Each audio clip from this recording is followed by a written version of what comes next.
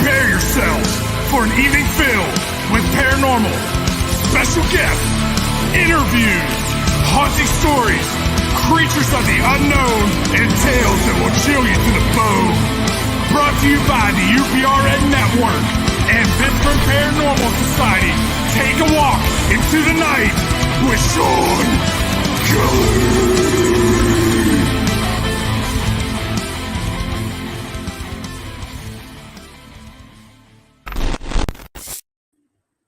Hey, good evening, everybody.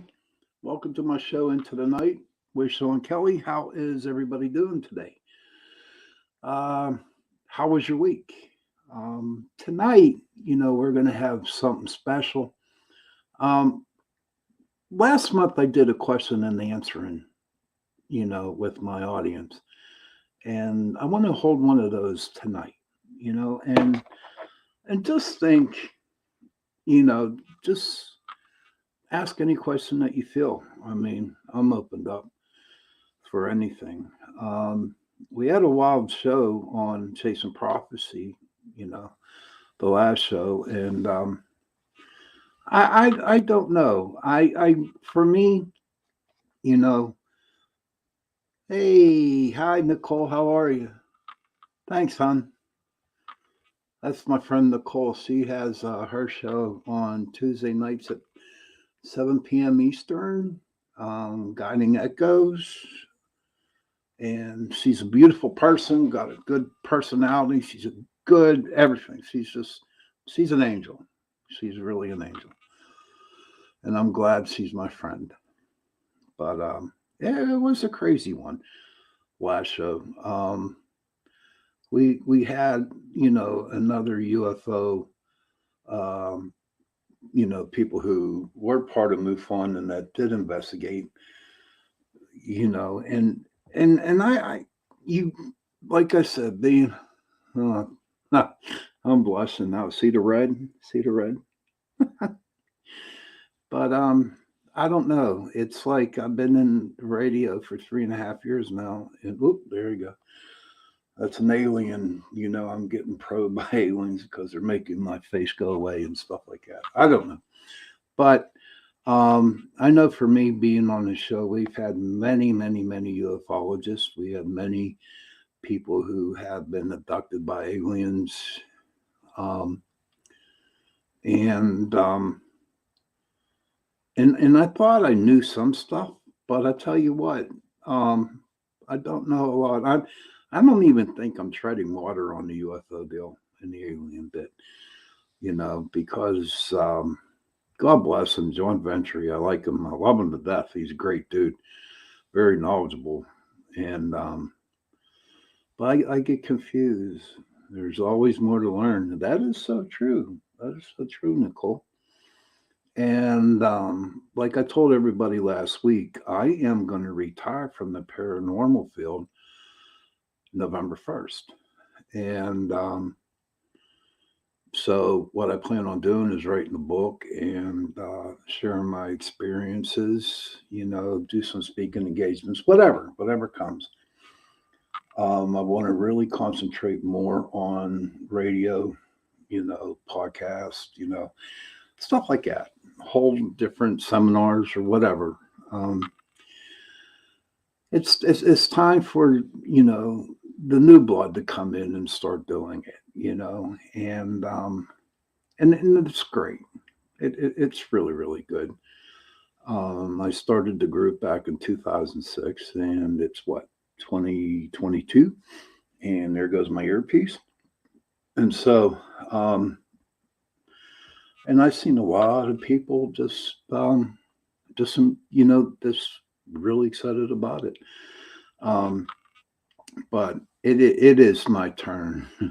It's my turn to retire. And,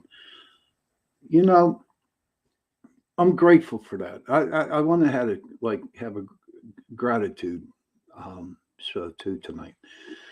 And I'm grateful that I had the opportunity to really dig into the paranormal field.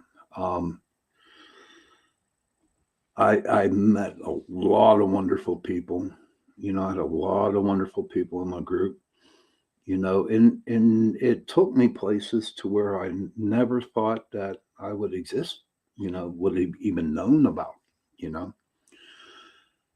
And and what's really great about it, what I was, very grateful about is being able to help other people out in the field, you know, getting them started, letting them go and do their own thing, you know. Oh, hey Joe, you just a puppy. I am Joe. Yes, I am, Joe. I'm just a puppy. I don't think I even have my eyes open yet when it comes down to, the UFOs. Honest to Pete, it's funny. He's funny. You're just a puppy. Yeah, keep going, brother. But I am, you know, and it's time for me to move on to something different. You know what I mean? I know there's so much about the UFOs, there's so much about aliens, there's so much about cryptids that I want to learn more. And um, Michelle, you know, she just keeps telling me knowledge is awesome. And Nicole just said it too. Knowledge is great. So I have a couple speaking engagements to do this month. And I'm gonna end up doing my last investigation on the 29th of October down at the Marcos in Uniontown. What they do, with the Marcos, it's a restaurant, but the town of Uniontown, they hold ghost walks, and this is like our 13th year doing it, my group, and and so I think it's a great way to, it's a great investigation to do, right before I go out. Um, and it's just, I'm all excited. Now, last week I might have looked a little sad, you know what I mean? A little depressed and stuff like that. But you know what? I had a rough month and stuff. And so that's where, you know, um, everything that has been going on in mine is just time for me to go, um, and I'm okay with it.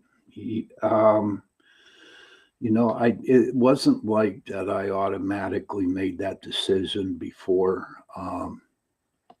I said it. It wasn't automatic. I really, really thought about it a lot, and I'm okay. You know, and I'm sure I'll be talking about it some more on future shows, in the month of October. There's a lot of things I would like, a typical show. Um, you know, I want to talk about Halloween, the traditions of Halloween, stuff like that. And I'm really excited about doing it, you know. Um, Nicole, do you have any questions that you'd like to ask? Joe, do you have any questions you'd like to ask? But and I will try to answer them. Michelle, if you're listening, do you want to try, Tommy, so I'm okay. So how was everybody's week? Mine was great. And it was great, but it wasn't great, if you understand what I mean. Come to find out that on October 2nd, that Mercury went out of retrograde, and I was like a happy camper because things started to look up for me. I don't know if anybody experiences electrical problems or anything like that during Mercury, but I had a lot of stuff break down on me during the retrograde. It was a rough one. It was a rough one, and but I don't know. It was just like everything deep down inside me it just seemed like it just came out, you know, and it all came up from below the surface up to the surface, and it really made me open my eyes. Don't buy nothing because it breaks down, because, and it's crazy because when I signed the papers for my truck, okay, that's another thing I'm really excited about, getting my truck. But I did it during Mercury retrograde, and I'm thinking, Oh man, I bought this truck. It's not even built yet. It's not even on the assembly line yet. But I'm thinking, oh hell. And that's where my mind was taking me with this Mercury. Um, but you know what? Hopefully when I get it, it'll be knock on wood. It'll be great. Um, so that was my Mercury retrograde. About the situation that is going on with me through my health. Um, it's not good. Okay. Um, and here's a question I want to ask you. Okay, especially people who do investigate and investigate a lot. Um, do you think investigating the paranormal for a long time actually can give you some kind of mental situations where your brain ain't really quite working right? I'm trying to say it without coming out and saying it, you know. But I think you all know me and you all know my show right now that, I do have a problem mentally, um, and I was really thinking about this past week and I'm thinking, you know what, is it possible that I you know, that I can be mentally um, bad because of paranormal investigating? And I just want to know if anybody out there would like to share if they do or don't. I would like to hear everybody um, if they can. And so it just I think it is. I think it finally caught up to me. You know, because you're working with different energies, you're working with different things that are in different universes that it just takes a toll on you. If you really, really, really, truly are seeking to be a paranormal investigator, I would highly recommend that you have a very good support system because there's going to be times that you're going to be so tired when you come back from an investigation, and you just want to sleep, you know, and or my problem was we used to go to buffets like at 2 in the morning. They were the greatest, man. I would eat like a pig. That's a question I want to ask everybody out there too, but especially investigators. It don't have to be paranormal, but UFOs, whatever. If you're doing something, do you guys get hungry afterwards? Because I do, and I eat like a pig at buffets. I don't do that much no more because due to that's the C word, um, a lot of restaurants don't open up 24/7 no more. And so I'm stuck getting a bologna sandwich at my house, which is okay. It's some food. And that's another reason for me to be retiring from the paranormal field is because I also have another job, and I am a meat cutter slash butcher for one of the chains here in Pittsburgh, and and when I go out and investigate, like on a Saturday night, and I have to be at work Sunday morning, it's tough. It's tough, especially at my age, and I got to finagle my schedule in order for me, to come in late or whatever. But either way, I don't get home till about 3, 4 o'clock in the morning sometimes, and I have to be at work at 10. So I get home, have a bologna sandwich, and then by the time I get to sleep, it's like 5:30, and before you know it, it's 9:30, and I have to wake up and go to work. And Sundays are tough at the supermarkets. They really are because that's when everyone decides to go shopping. But thank God it's football season, and I'll tell you why. Because Steelers usually play. I'm a Pittsburgh Steeler fan through and through, black and blue, black and gold. I bleed it. And when they come on at 1 o'clock, that means no one's going to be in the store. They're going to be watching the game. So, I do my work as fast as I can, and then I try to relax. But it's not always like that.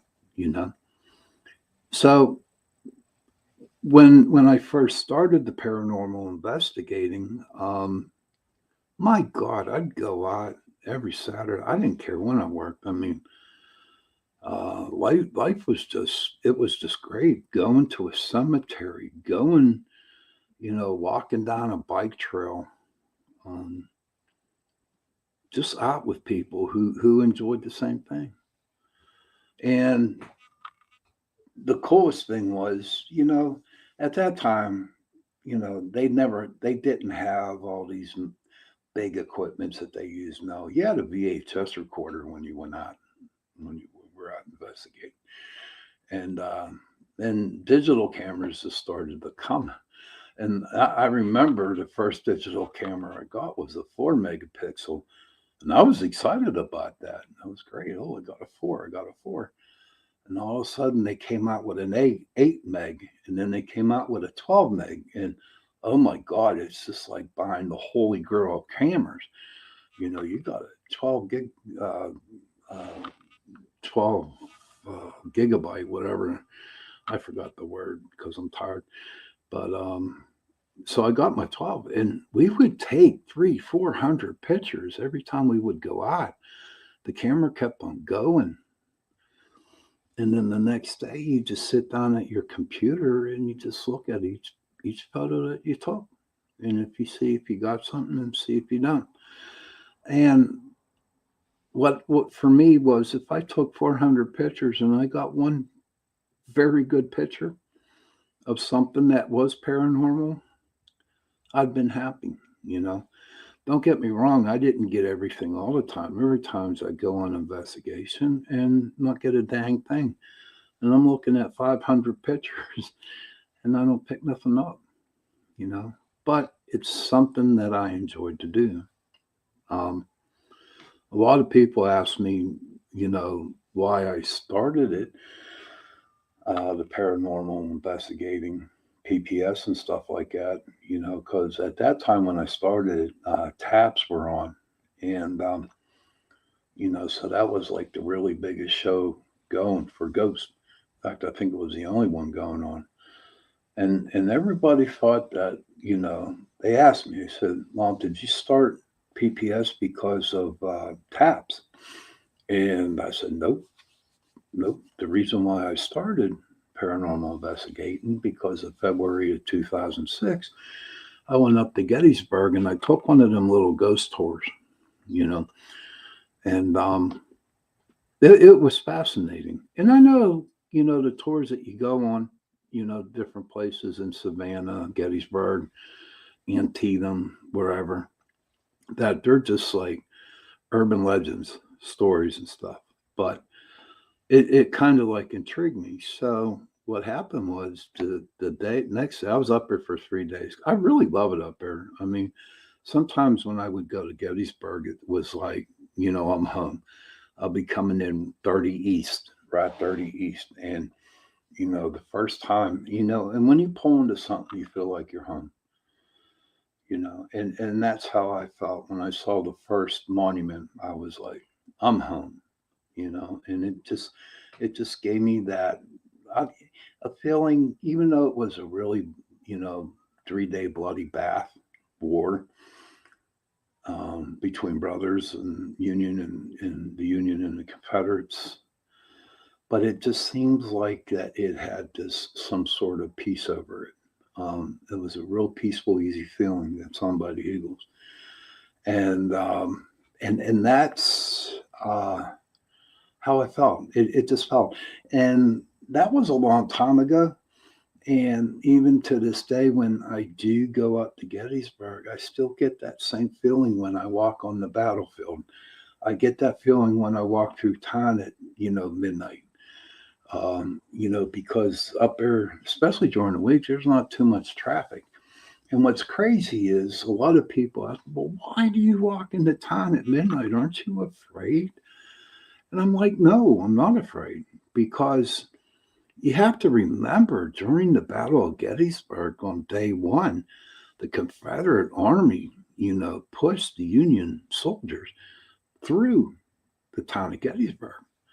So there was a lot of guys that got killed in Gettysburg. in the town of Gettysburg. And there are some certain places there that are extremely haunted, you know. You can go to the battlefield, and yes, but and there are ghosts or spirits, however, whatever you want to call them, spirits or ghosts, whatever they could be. But to me, they're the same thing. It depends on what comes out of my mouth. You know what I mean? Whatever comes out of my mouth, if it's a ghost, if it's a spirit.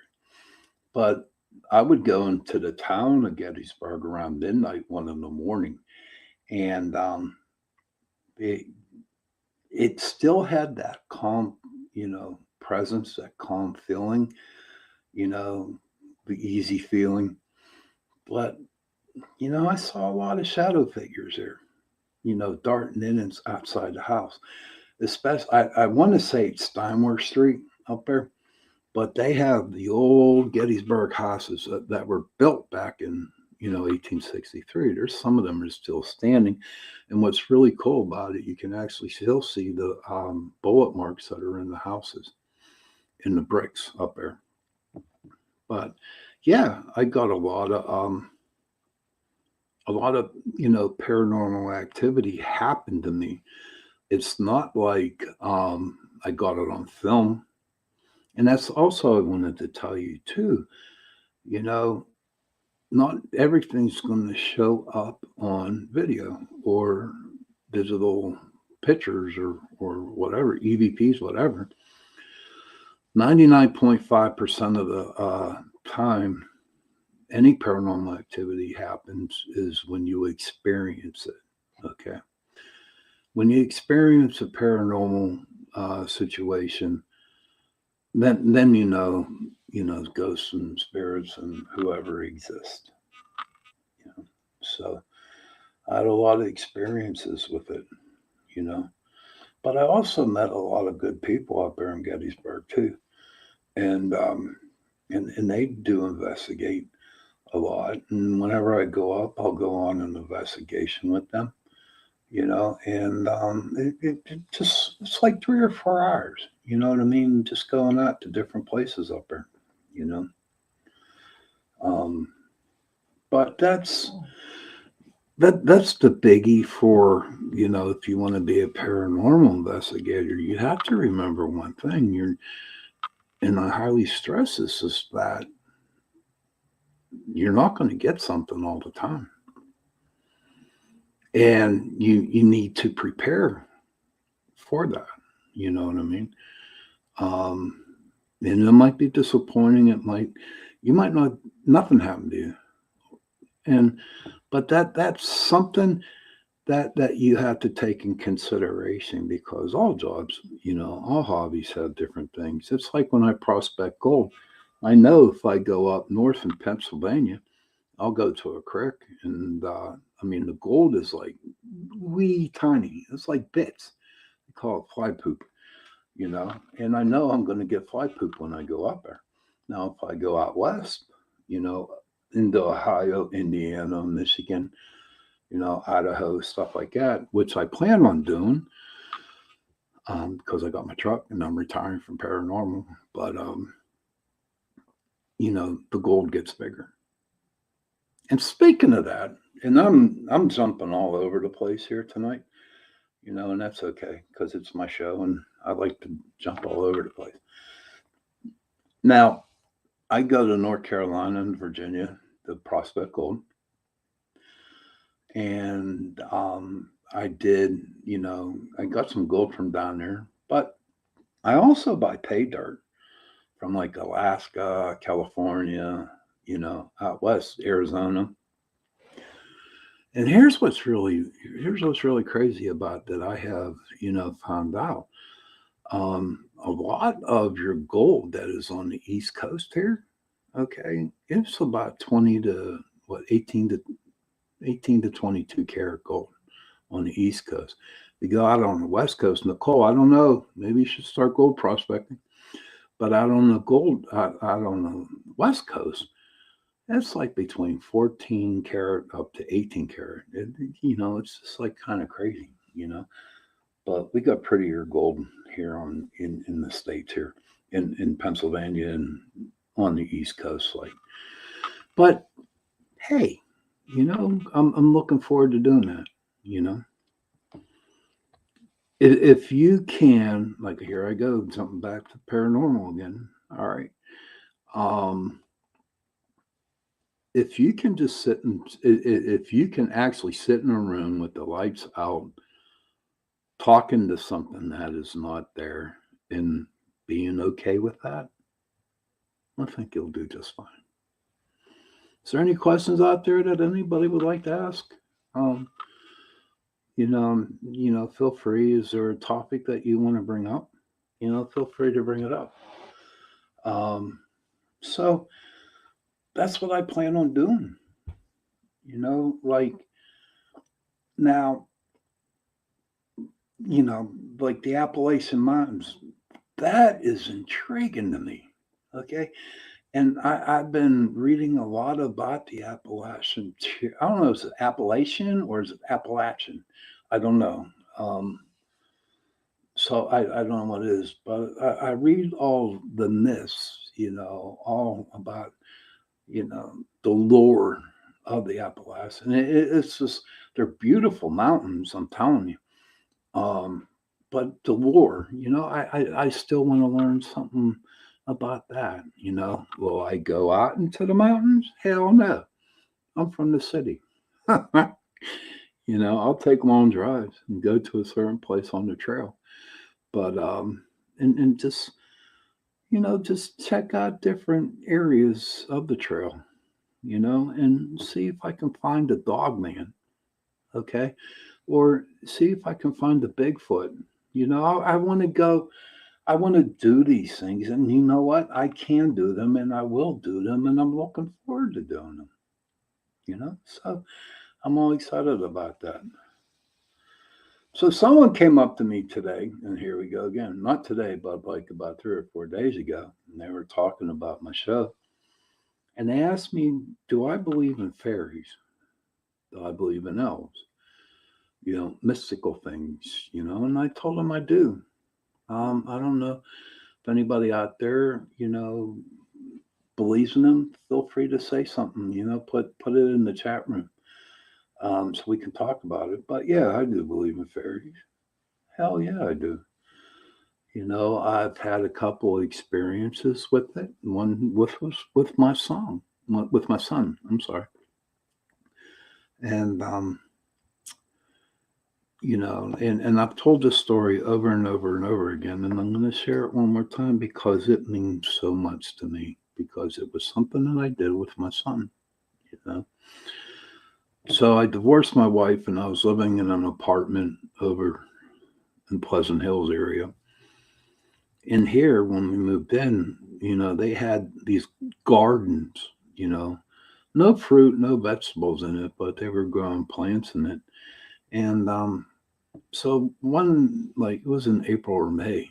Um, what happened was I took my son out and we sat on the benches, and all of a sudden we saw these little lights, little pixie lights just go ding, ding, ding, ding, ding, ding, all over the place. And my son, he was like 6 years old at the time, and he said, Daddy, look, lightning bugs.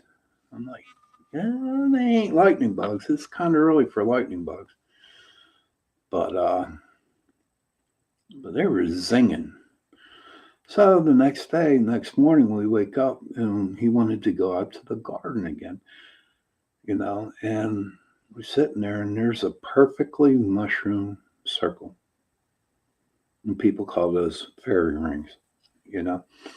Um, and that was like my eye opening of, you know, fairies. Okay. Now, at the time that I was experiencing this is when I really started getting into meditation. This is when I really got into learning the Native American spirituality and all kinds of different things about the mystical aspects of what was going on in the world. And it was really, really intriguing. And it's like, you know what? I want to, read up about this a little bit more, and that's what I did. I mean, it wasn't like, I was like searching for fairies everywhere, I didn't build no fairy gardens, and maybe I should, but maybe that's something I can do next year. I don't know, but do I believe in them? Yes, I do. Um, the place that I used to go out to was a park. We call it South Park here in Pittsburgh, and it's in South Park, PA. Now there's a lot of woods, okay, and it's a really nice park to go to. And that's where I did all my meditating from. I would go out to South Park, and I always sat in this one spot under this tree. So it was about 79, 82 degrees. It was a beautiful day. No rain, nothing like that. And I'm sitting under the tree. It was a big old, what was it? It was blah, blah, blah, blah, blah, blah, blah. It wasn't an oak, but it was another type of tree. And if it comes to me, I will actually tell you what the tree was. And so I was there just meditating, and all of a sudden, this is true. I mean, what I'm about to tell you happened to me, and this is like paranormal experiences that I experienced. I was sitting under the tree, I was meditating, and all of a sudden, it felt like it was raining. And it kind of took me out of my meditation, and droplets are falling on my arm. I'm like, it ain't raining, the sun's still shining, nothing's going on. Come to find out, come to find out that the tree was actually crying. I believe it. And I will take that to my grave. I believe the tree was crying. And to prove my theory, okay, I sat on under other trees. Nothing would happen. No rain would come on my arms or nothing like that. But this one particular tree, and it was an old one, it, I believe it was crying. I really do. And I kind of like talk to trees. I don't know if anybody else talks to trees, but I talk to trees. And I told them it's okay. It's time to be happy. You know, it was just such a weird experience something like that. And so that was a paranormal situation, but it was also spiritual too. Okay. Um, Now, another experience that I had out there, in South Park was I was at my favorite place, sitting down meditating, and when I came out of my meditation, there was a mama raccoon with three or four little babies just looking there, staring at me. I had no food not for them, but they were just standing there, just looking at me, and I was like, "Wow, is this something?" So I did try looking up with the animal totem, what the meaning by the animal shown into my life. And I don't know. In fact, you know what's going to be interesting? I'm going to type raccoon as a mystical animal, animal totem. I typed it in. Animal totem, the raccoon. Oh, okay. Here we go. The raccoon spirit animal indicates that you have a masked problem solver watching over you. This scavenger extraordinaire is the symbol of mask and dexterity.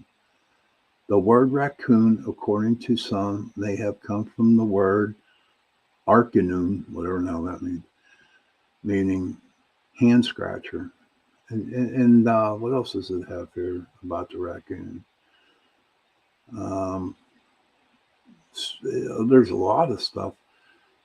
You know, it's about a mask, about somebody helping me.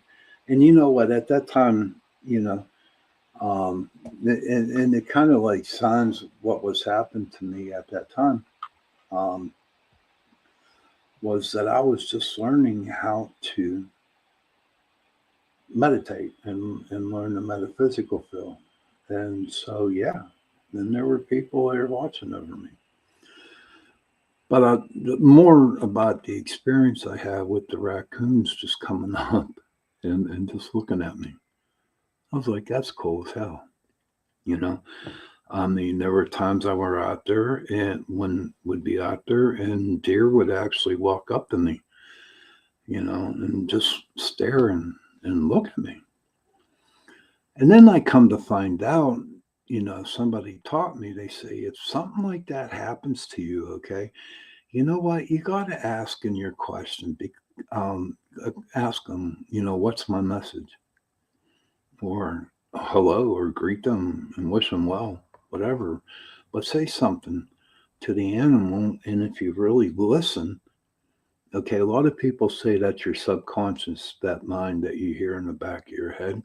I don't believe it's your subconscious. I believe it is an entity or somebody speaking to you. Okay. I truly believe that. Um, and I'll take that also to my grave, you know. So it's like, and I believe that the animals are talking to me. And I'm okay with that. Some of you all listening to my show right now, if y'all think I'm a crazy, nutty dude, a nutter, as they say over in England, in Scotland, Ireland, Wales, that I'm a nutter, then if that's what you feel, then you know what? That's okay. Because I know for me, by my experiences that I have had with animals and meditating, um, honest to God, it's just, it's pretty interesting. In fact, what I want to do for you guys tonight, and I haven't done it for a while, I want to do a meditation with you, my normal meditation, and there's some newcomers and new people that listen to my show and stuff like that. And so I figure I haven't done a meditation for a while, so I might do one before we close up the show. Um,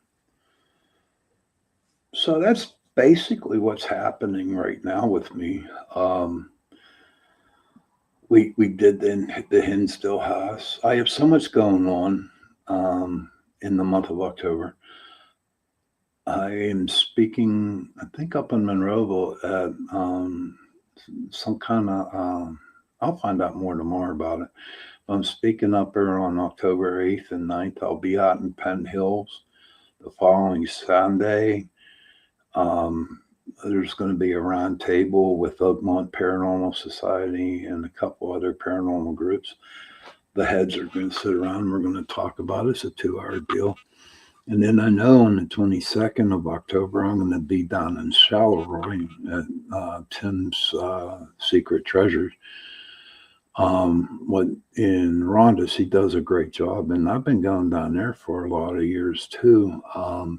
She holds her party, and in the afternoon, I don't know. I think it starts at 4. I'm not sure. 4 in the afternoon, but okay, at the end of about 11 o'clock, we take people on an investigation through her store, and she has an antique store down there. And if you want to find a ghost, if you want to experience anything paranormal, okay, go to an antique store. There you'll definitely find them. Absolutely. I love antique stores. I mean, they're pretty interesting, especially if you want to do some paranormal investigating. And I'm sure the people who own the stuff, you know, that own the store, that probably experienced some stuff too, you know. So I hope everybody is enjoying my show tonight. Like I said, I'm all over the world with tonight. To be perfectly honest with you, I wasn't prepared today. I wasn't prepared at all with anything. And so I figure, the hell.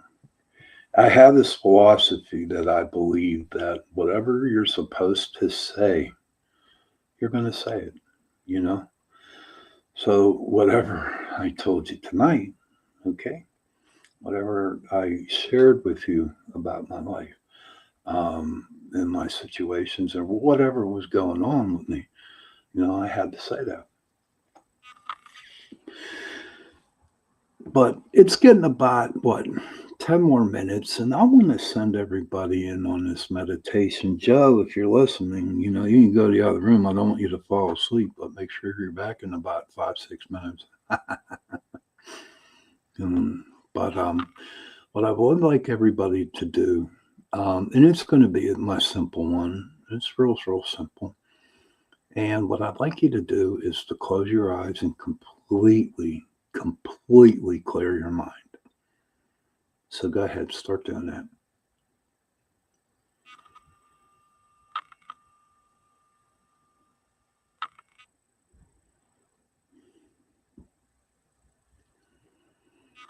Okay. Now, what I want you to do is, as your eyes are still closed and you're totally relaxed, I want you to look and find the little white light.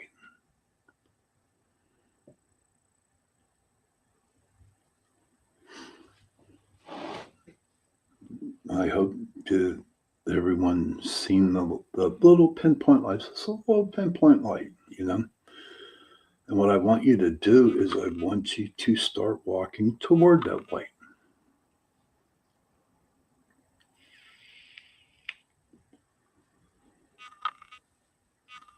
And as you get closer to the light, you're going to see that the light is going to get large, real large. There's nothing to be afraid of on this meditation. It's a very good meditation. It's a happy meditation. Okay. It's a really happy meditation. So I don't want you to be scared. You're going to be okay. So continue walking to that light. Keep walking. And all of a sudden, you step into a meadow. Okay. And in that meadow, you see a tree line. And you see that big rock that sits right in the meadow. What I would like you to do is go over to that rock. And I would like you to sit on that rock.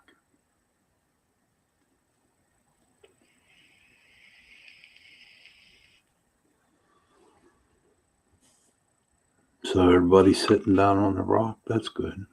That's good. And now what I want you to do is I want you to look in the sky. Now, in the sky, there's no cloudy skies. There's nothing like that. There's going to be an animal that's going to be coming down towards you. More, it's a bird. It's a bird.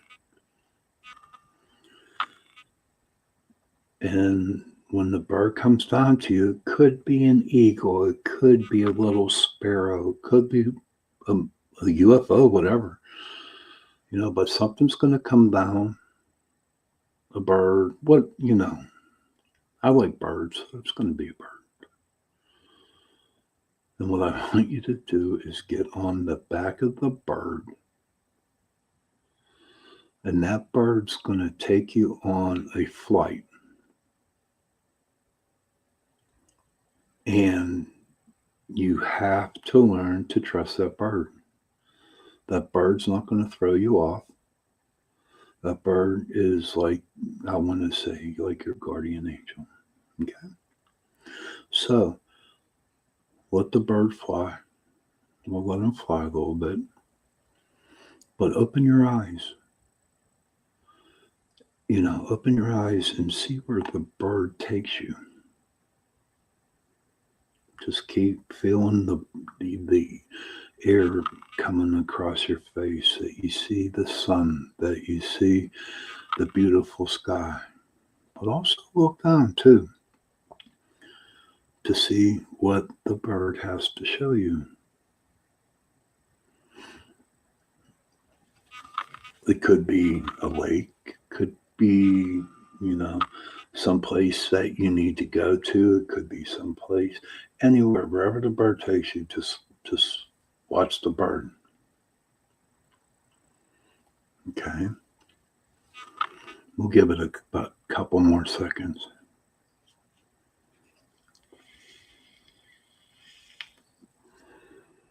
Now, I want you to do is the bird's going to come down and put you next to that rock.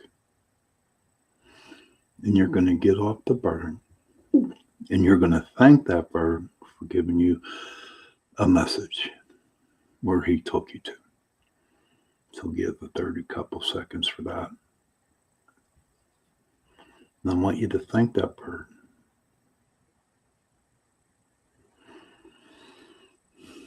And now as the bird flies away, okay, I want you to look at the tree line.